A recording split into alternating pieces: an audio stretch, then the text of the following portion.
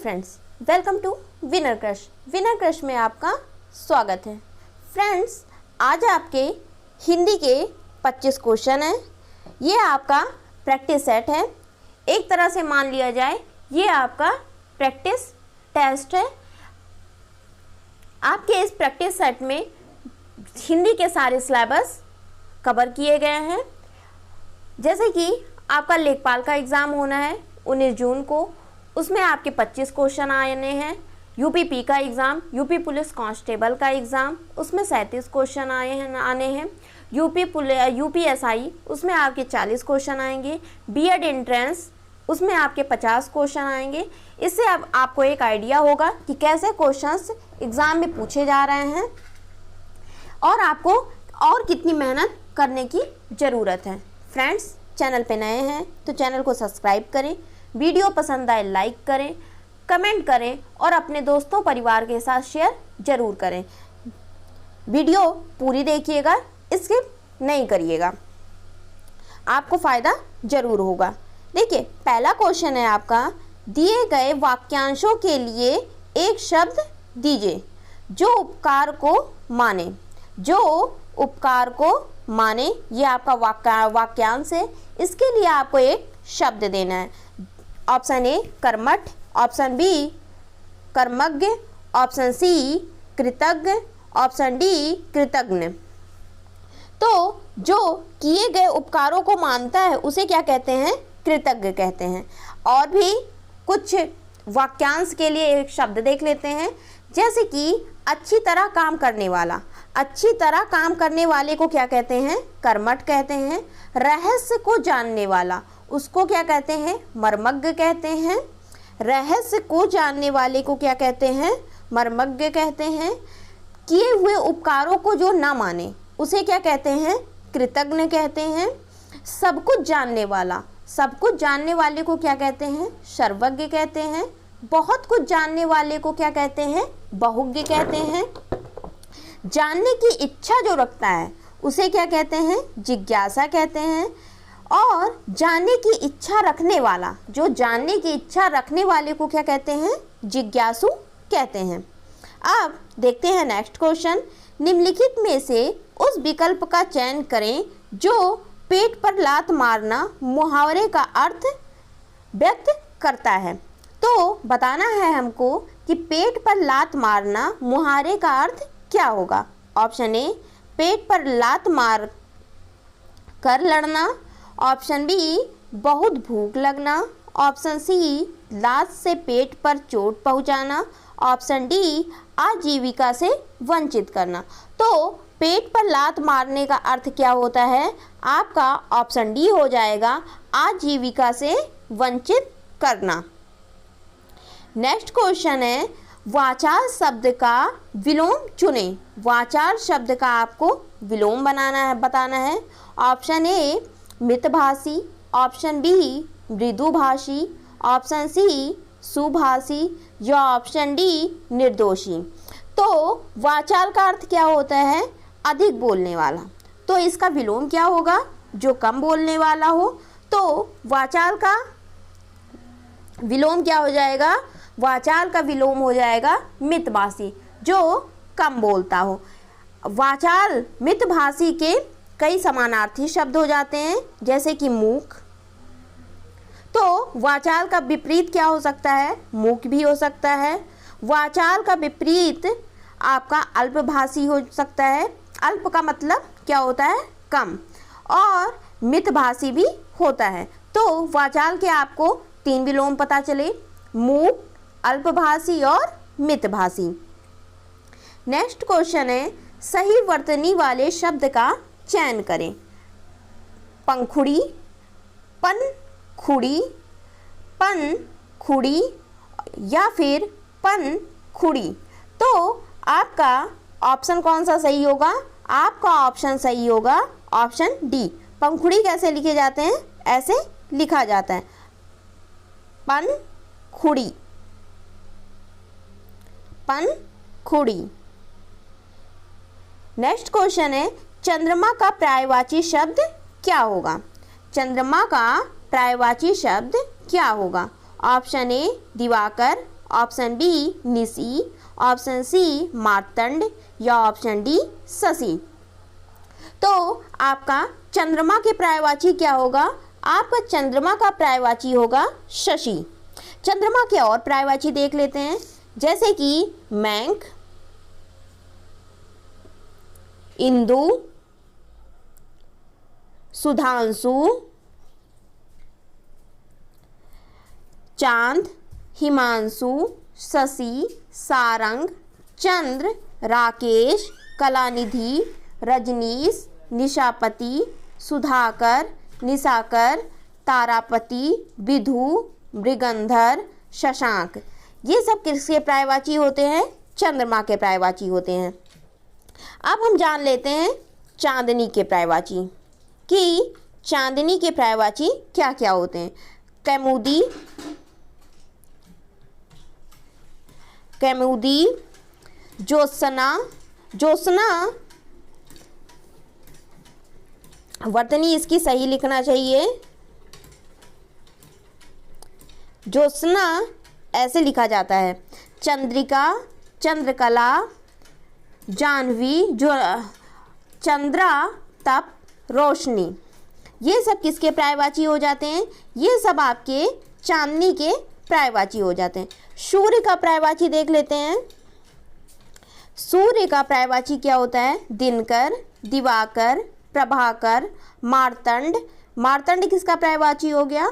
सूर्य का। भास्कर, आदित्य, रवि, मरीचि, पतंग, सविता, भानु, अंशुमाला, अर्क, दिनेश, ये सब किसके पर्यायवाची हो जाते हैं? ये सब आपके सूर्य के पर्यायवाची हो जाते हैं।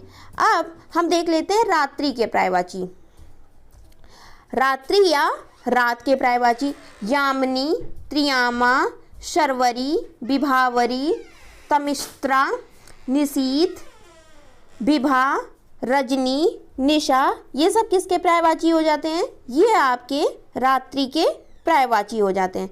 नेक्स्ट क्वेश्चन है, दिए गए वाक्यों में रेखांकित खंड को प्रतिस्थापित करने के लिए उपयुक्त विकल्प का चयन करें। अब देखिए, जैसे कि जीवन में सफलता पाने का मुख्य साधन समय से नियोजन है, तो आपको बताना है कि इसमें किसका प्रयोग होना चाहिए, किस कारक चिन्ह का प्रयोग होना चाहिए।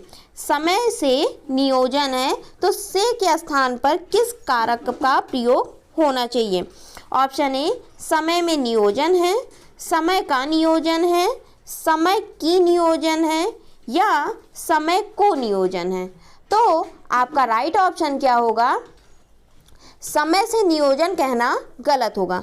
समय से नियोजन कहना गलत होगा। समय से तालमेल अथवा समय का नियोजन सही होगा। तो आपका राइट ऑप्शन क्या होगा?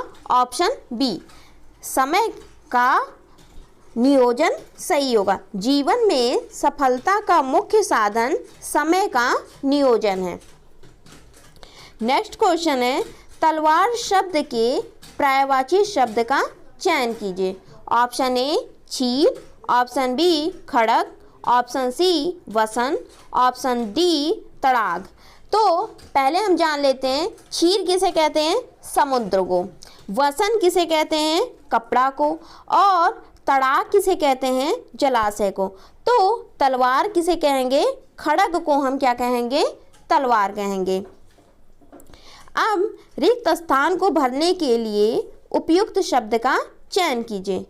आपका क्वेश्चन है, तुलसी जैसे डैश डैश डैश महाकवि विरले ही होते हैं। तो ऑप्शन ए आविजय, ऑप्शन बी अजय, ऑप्शन सी कालजयी या ऑप्शन डी दिग्विजयी। तो आपका इसमें राइट ऑप्शन क्या होगा? आपका राइट ऑप्शन होगा तुलसी जैसे कालजयी महाकवि विरले ही होते हैं। कालजयी वैसे लोग होते हैं जो काल की सीमा में बद्ध ना हो, या हम कह लें जो शाश्वत हों या जो काल को जीत चुके हों। तो कालजयी का अर्थ क्या होगा? शाश्वत हो सकता है, जो काल की सीमा में बद्ध ना हो या फिर जो काल को जीत चुके हों, तो उन्हें हम क्या कहेंगे? काल जयी कहेंगे। अजय किसे कहेंगे? अजय किसे कहेंगे? जिसे जीता ना जा सके। दिग्विजय किसे कहेंगे? जो संपूर्ण दिशाओं पर विजय प्राप्त कर ले, उसे हम क्या कहेंगे? दिग्विजय कहेंगे। नेक्स्ट क्वेश्चन है, उसने चोरी ही डैश डैश डैश बल्कि हत्या भी की। तो ऑप्शन ए परंतु, ऑप्शन बी और, ऑप्शन सी की, ऑप्शन डी नहीं। तो पहले हम परंतु को लगा के देखते हैं। जैसे उसने चोरी ही, परंतु और बल्कि दोनों शब्द क्या होते हैं? समान हो गए। हत्या ही की, तो आपका परंतु क्या हो जाता है? कट जाता है। उसने चोरी ही और बल्कि हत्या भी की। जब उसने चोरी ही और लगा रहे हैं तो ये क्या हो जा रहा है? गलत हो जा रहा है, क्योंकि यहाँ पे क्या लगा हुआ है? बल्कि लगा हुआ है। नेक्स्ट है आपका, उसने चोरी ही की बल्कि हत्या भी की। तो ये भी आपका क्या हो जाएगा? की भी गलत हो जाएगा। तो हम लगाते हैं नहीं, हमने लगाया इसमें नहीं, तो हो जाएगा उसने चोरी ही नहीं बल्कि हत्या भी की। उसने चोरी के साथ क्या कर दिया? हत्या भी किया। तो ऑप्शन डी आपका क्या हो जाता है? सही हो जाएगा। नेक्स्ट क्वेश्चन है आपका, ये आपका गद्यांश है। देखिए, इससे संबंधित आपके 3 क्वेश्चन हैं, क्योंकि आपके पेट के एग्जाम में गद्यांश आया था, तो लेखपाल के एग्जाम में भी गद्यांश आएगा। देखिए, आप देखते हैं गद्यांश को। जीवन में उत्साह का बहुत महत्व है। उत्साह एक मनोभाव है, यह जिस व्यक्ति में होता है उसमें जीवन में कुछ अद्भुत कार्य करने की ललक हिलोरे लेती रहती हैं। प्रत्येक कार्य की सफलता में निमित्त उत्साह एक अनिवार्य मनोभाव है। यदि कार्य अनुत्साह द्वारा किया जाता है, उत्साह के द्वारा नहीं किया जाता है, तो सफलता संदिग्ध ही हो जाती है। सफलता संदिग्ध ही हो जाती है। बहुत से व्यक्ति मैच खेलने या परीक्षा देने के समय में बहुत पहले ही पहुंच जाते हैं। यह उनके भीतर के प्रति उत्कृष्ट उत्साह का होतक है। उत्साह जीवन में निरंतर एक आशा दीप के टिमटिमाते रहने का साधन बनता है। उत्साह ही वह मनोभाव है जो अपने लक्ष्य को भेदने का प्रोत्साहन देता है। जैसे कि आप लेखपाल की एग्ज़ाम की तैयारी कर रहे हैं, आप इसके प्रति उत्साहित हैं कि हमारा सिलेक्शन होगा, आप अधिक से अधिक पढ़ पाते हैं। व्यक्ति अदृश्य लक्ष्य पर संधान करता प्रतीत होता है।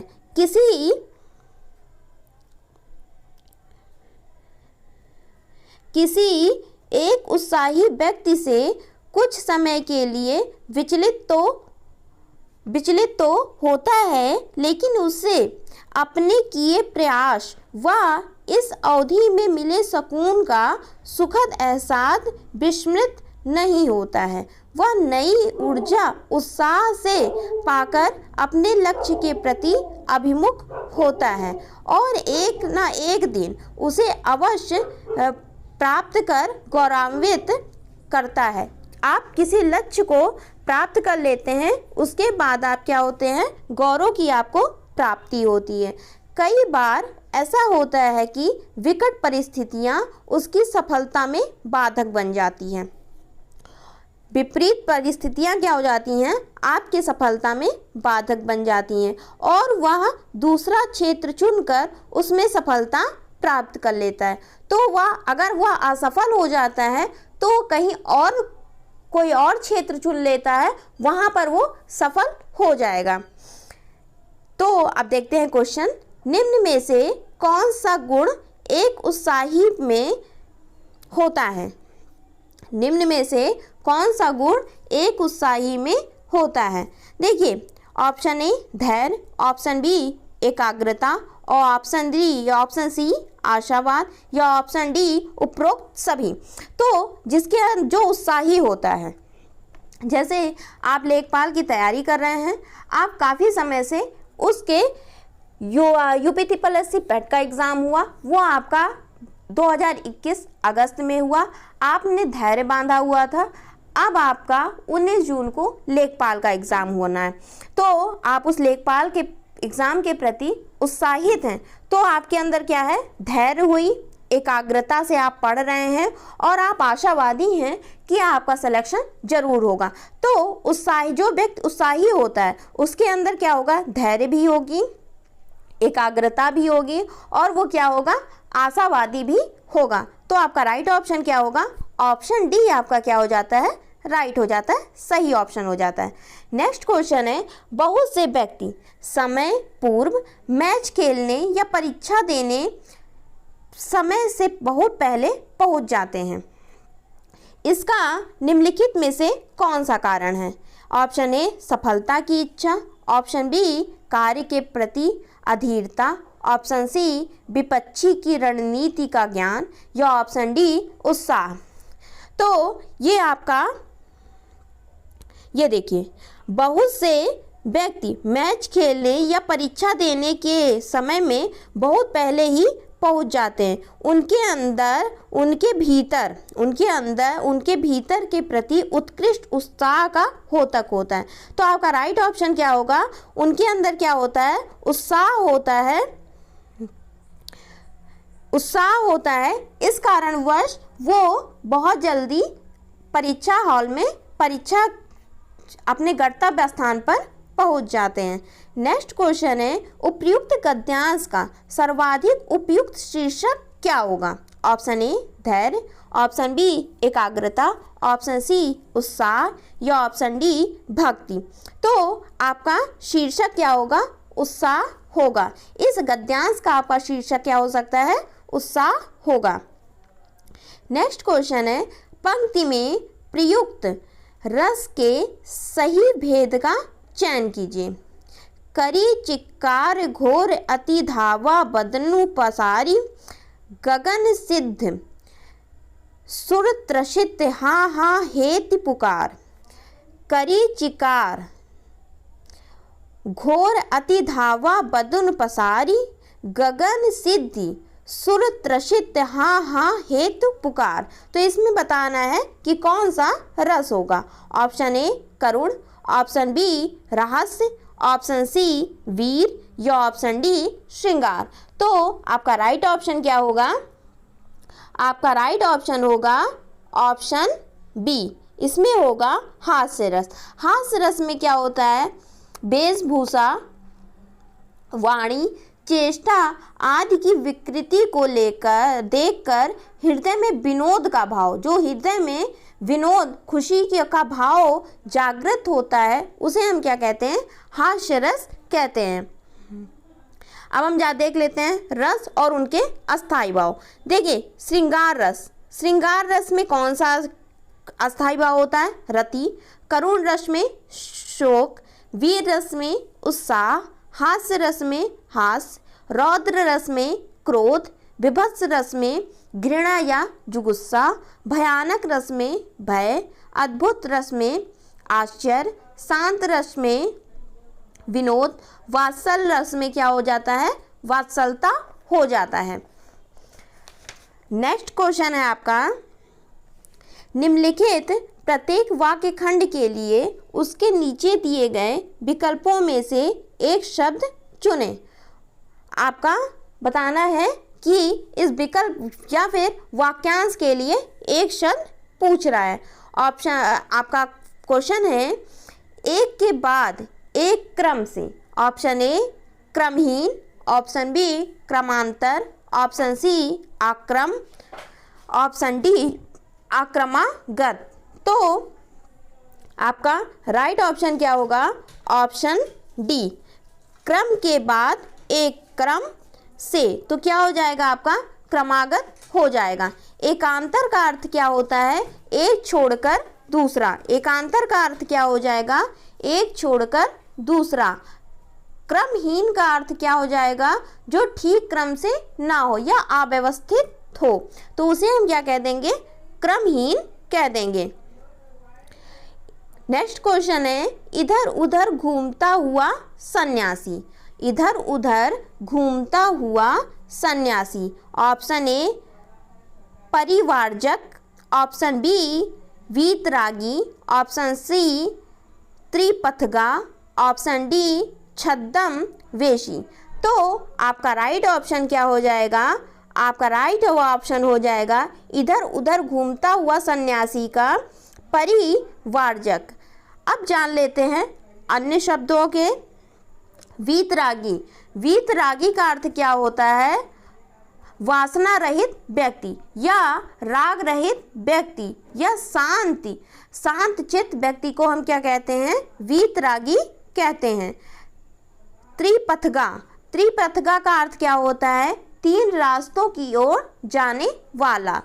छद्म वेशी का अर्थ होता है बनावटी रूप। छद्म वेशी का अर्थ क्या हो जाएगा, बनावटी रूप। नेक्स्ट क्वेश्चन है, सही संधि विच्छेद का चयन कीजिए। सही संधि विच्छेद का चयन करना है।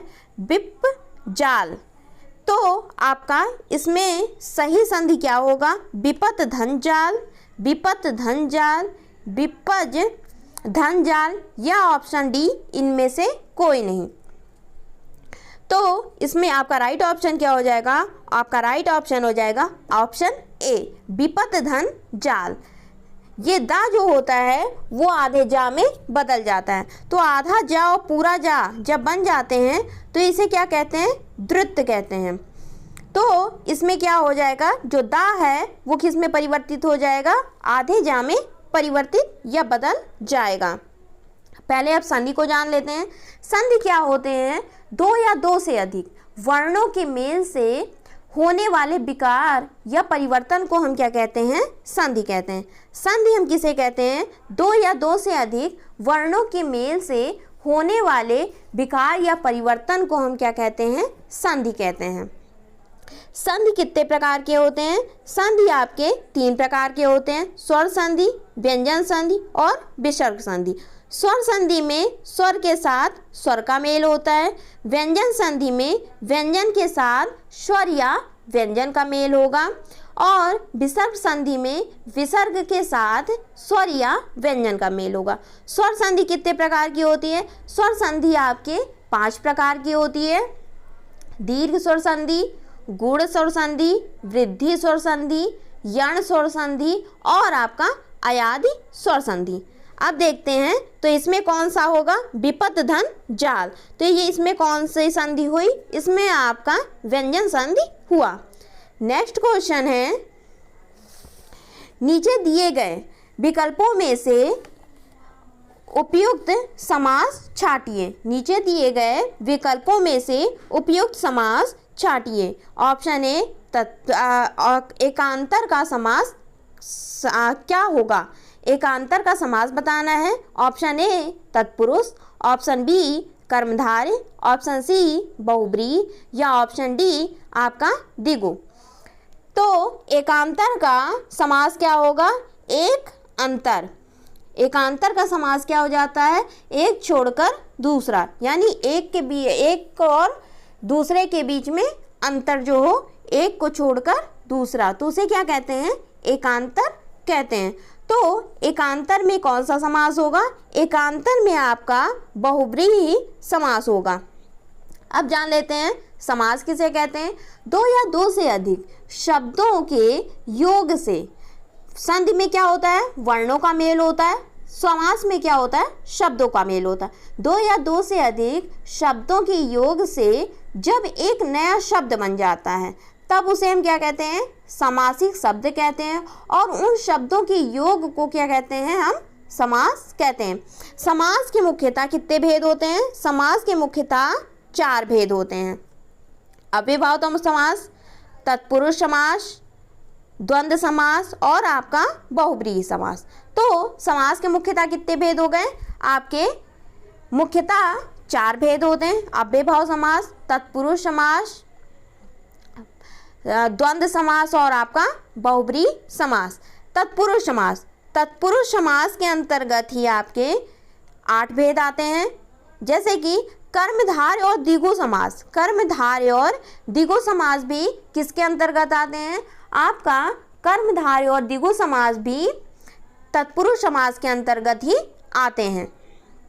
जैसे कि आप जान लेते हैं, सबसे पहला आपका अव्ययभाव समास। अव्ययभाव समास में क्या होता है? पहला पद क्या होता है? प्रधान होता है। दूसरा पद क्या होगा? संज्ञा होगा। दूसरा पद क्या होता है? आपका संज्ञा होती। पहला पद क्या होगा? प्रधान होगा। पहला पद क्या होगा? आपका अव्यय होगा।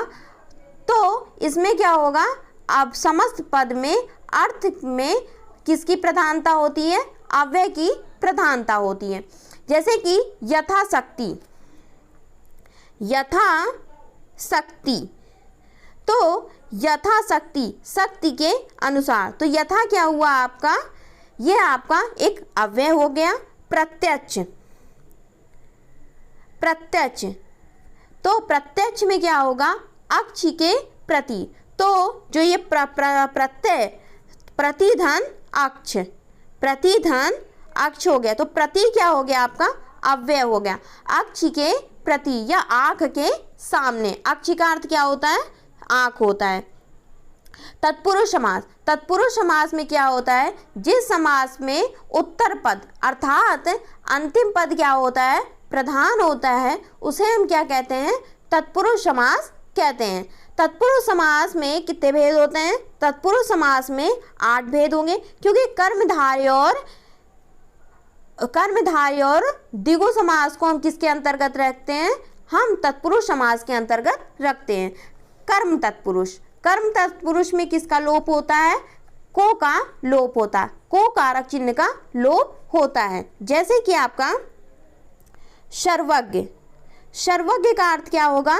सब कुछ जानने वाला, तो उसे हम क्या कहेंगे? सबको जानने वाला, उसे हम कहते हैं सर्वज्ञ। जैसे कि यश प्राप्त, यश को प्राप्त। अब जैसे करण तत्पुरुष, करण तत्पुरुष में क्या होता है? करण तत्पुरुष में से या के द्वारा का लोप होता है। से या के द्वारा का लोप होता है। जैसे कि रोगग्रस्त, रोगग्रस्त, रोग से ग्रस्त, तो इसमें से का लोप हुआ। दोषपूर्ण, दोष से पूर्ण। हस्तलिखित, हाथ के द्वारा लिखित, तो इसमें किसका लोप हुआ? करण तत्पुरुष में के द्वारा का लोप हुआ। नेक्स्ट आपका संप्रदान तत्पुरुष। संप्रदान तत्पुरुष में क्या होता है? का के लिए का लोप होता है। संप्रदान तत्पुरुष में किसका लोप होता है? के लिए का लोप होता है। जैसे देशभक्ति, देश के लिए भक्ति, देश के लिए भक्ति। संबंध तत्पुरुष, संबंध तत्पुरुष में किसका लोप होगा?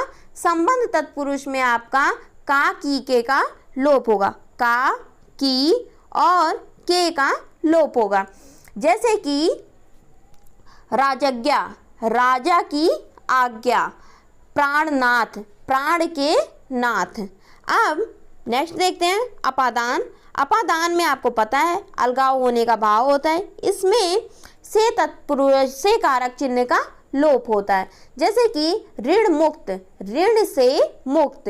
बुद्धिहीन, बुद्धि से हीन।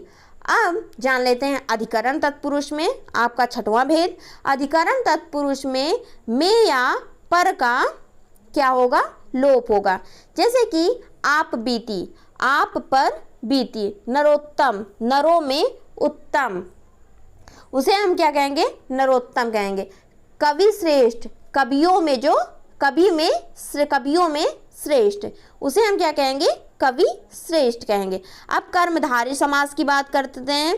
कर्मधारय समास में जिस समास में विशेषण और विशेष का संबंध पाया जाता है, जिस समास में विशेषण और विशेष का संबंध पाया जाता है या उपमेय उपमान का संबंध पाया जाता है, उसे हम क्या कहते हैं? कर्मधारय समास कहते हैं। कर्मधारय समास में उत्तर पद क्या होता है? प्रधान होता है। जैसे कि आपका महासागर, महासागर में आपका क्या हो जाएगा, महान है जो सागर, तो इसमें क्या होगा, कर्मधारय समास होगा।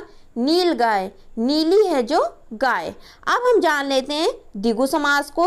द्विगु समास में क्या होता है, प्रथम पद क्या होगा, संख्यावाची होगा और अंतिम पद क्या होता है आपका, संज्ञा होता है। प्रथम पद क्या होता है, संख्यावाची होता है और अंतिम पद क्या होता है आपका, संज्ञा हो जाता है। जैसे कि चतुर्भुज, 4 भुजाओं का समाहार। त्रिभुज, 3 भुजाओं का समूह, उसे हम क्या कहते हैं, द्विगु समास कहते हैं। द्विगु का अर्थ क्या होता है, 2 गायों का समूह या समाहार, तो उसे हम क्या कहते हैं, द्विगु समास कहते हैं। अब द्वंद्व समास को जान लेते हैं।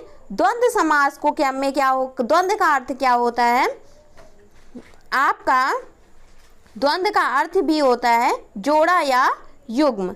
जोड़ा या युग्म, जिस समास में दोनों पद प्रधान हो। द्वंद्व समास में क्या होगा, दोनों पद प्रधान होंगे, उसे हम क्या कहेंगे, द्वंद्व समास कहेंगे। जैसे कि इसमें और या जब समास विग्रह करें और या तथा एवं आदि शब्दों के योग से बने हो आदि शब्दों का लोप होता है, विग्रह करने पर क्या होगा, तथा और आदि शब्द आए तो उन्हें हम क्या कहेंगे, द्वंद्व समास कहेंगे। जैसे कि देश विदेश, जैसे कि आपका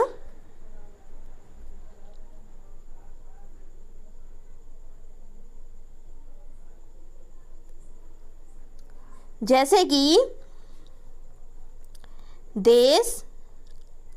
विदेश, तो यहाँ पे क्या हो जाएगा, देश और विदेश। जब हम विग्रह करते हैं तो क्या हो जाता है, देश और विदेश। गौरी शंकर, गौरी और शंकर। राधा कृष्ण, राधा और कृष्ण। तो अगर हम विग्रह कर रहे हैं और तथा एवं आदि शब्द आते हैं तो ये क्या होगा, द्वंद्व समास होगा। बहुब्रीहि समास, बहुब्रीहि समास में क्या होगा, प्रथम पद या उत्तर पद, पहला पद या दूसरा पद, दोनों की प्रधानता नहीं होती है। कोई अन्य अर्थ दे, अर्थात कोई तीसरा अर्थ दे, किसी तीसरे की प्रधानता होती है तो उसे हम क्या कहते हैं, बहुब्रीहि समास कहते हैं। जैसे कि लंबोदर, लंबा है जिसका उदर, उदर किसे कहते हैं, पेट को, तो लंबा है जिसका उदर अर्थात भगवान गणेश।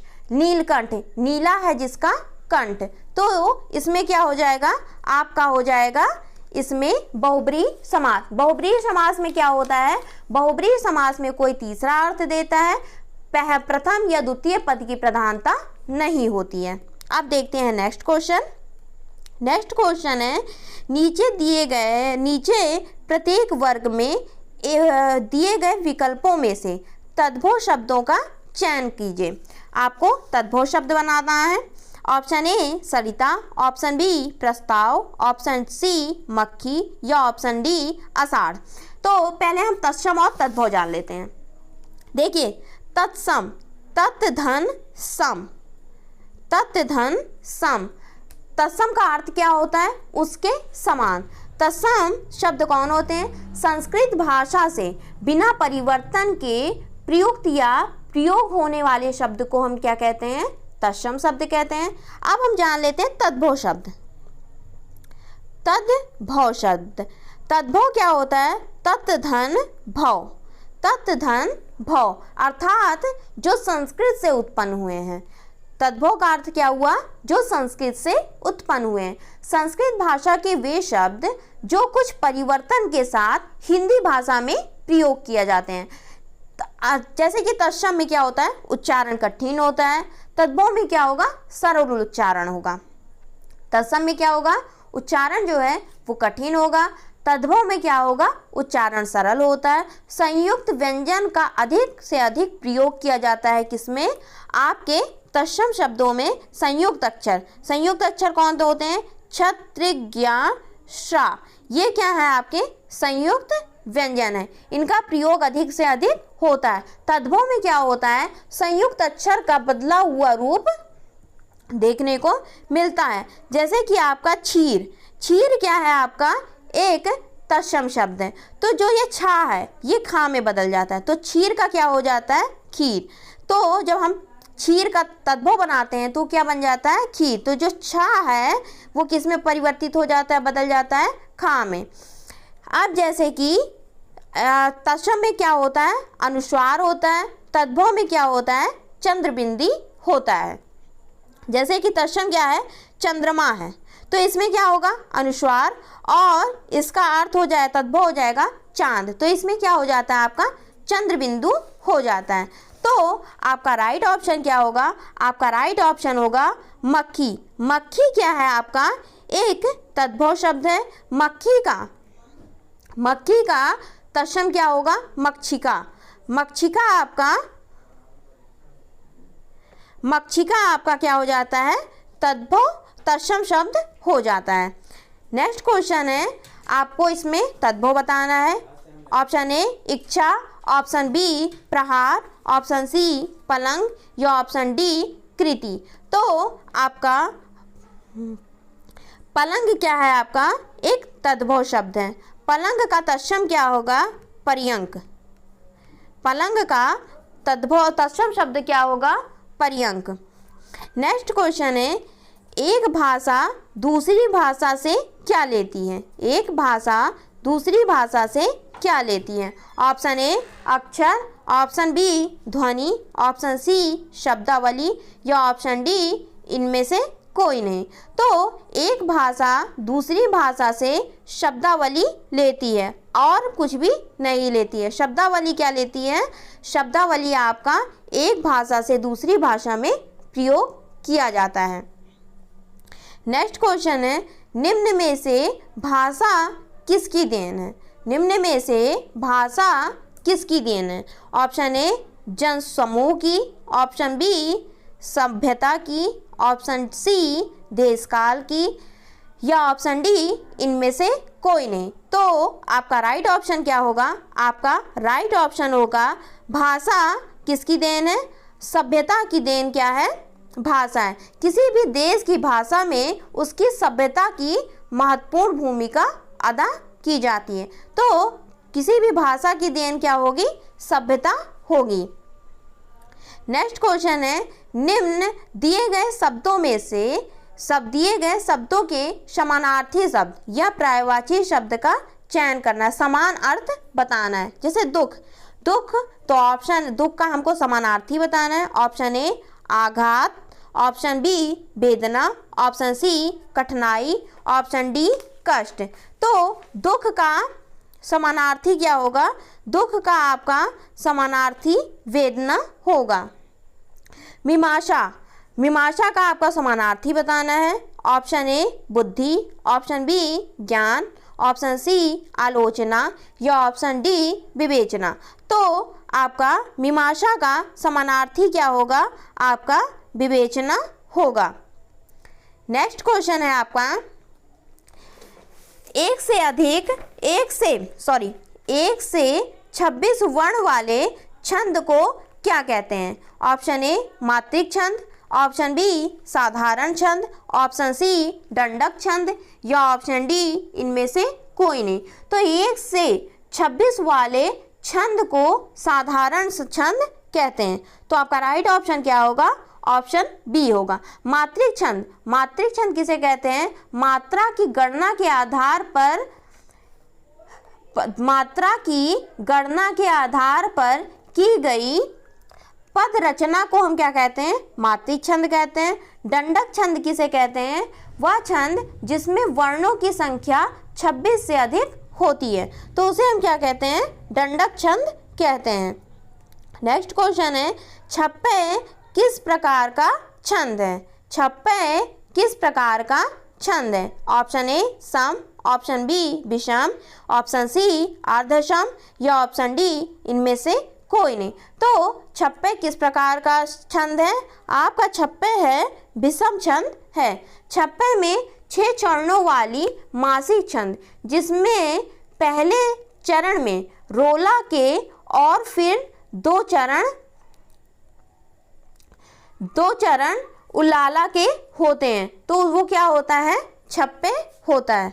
फ्रेंड्स, ये आपके 25 क्वेश्चन थे, ये आपके टॉप 25 क्वेश्चन थे। इनमें आपके हिंदी का जो भी सिलेबस है वो सारा सिलेबस कवर किया गया है। फ्रेंड्स, कमेंट बॉक्स में ज़रूर बताइएगा कि आपका स्कोर कितना रहा और आपको वीडियो कैसी लगी।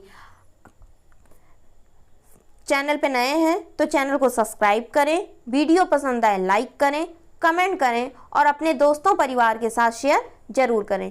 वीडियो देखने के लिए धन्यवाद।